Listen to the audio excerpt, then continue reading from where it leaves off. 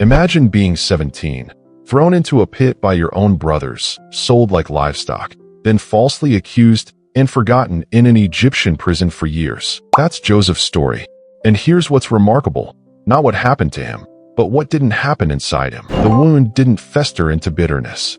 The injustice didn't become his identity. Most of us would have spent those years rehearsing the betrayal, replaying every cruel word, keeping score of every debt owed to us. But Joseph? He had every right to hold on to that pain. It was real.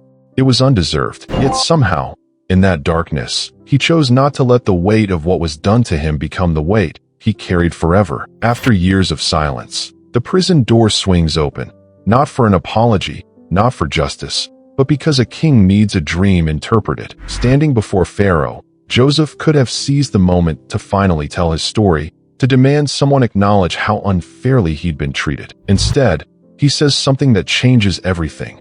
I cannot do it, but God will give Pharaoh the answer. In that single sentence, the chain breaks. Not because his situation changed, but because he redirected the spotlight away from himself and toward the one who had been with him in the darkness. Joseph doesn't use his newfound position to settle old scores. He doesn't ask Pharaoh to send for his brothers. He simply serves, letting God use him exactly where he is. The bitterness that could have defined him dissolves in the presence of purpose. 20 years of silence, and now here they are, the same brothers who threw him into a pit, bowing low, not knowing the face above them is the one they sold. Joseph could have let the moment curdle. He could have let the old wound dictate the new scene, destroy them the way they tried to destroy him. But he doesn't. He weeps instead, and when he speaks, he doesn't say, "Do you remember what you did?" He says, "Do not be distressed. You intended to harm me, but God intended it for good." That's the line that changes everything. Forgiveness isn't pretending the wound never happened.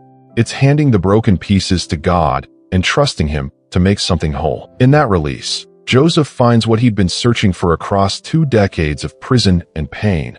Not revenge, not justice, but freedom. Real freedom. Because the weight he finally set down wasn't their sin against him. It was his right to hold it. And when you let God carry that weight, you don't just survive your story.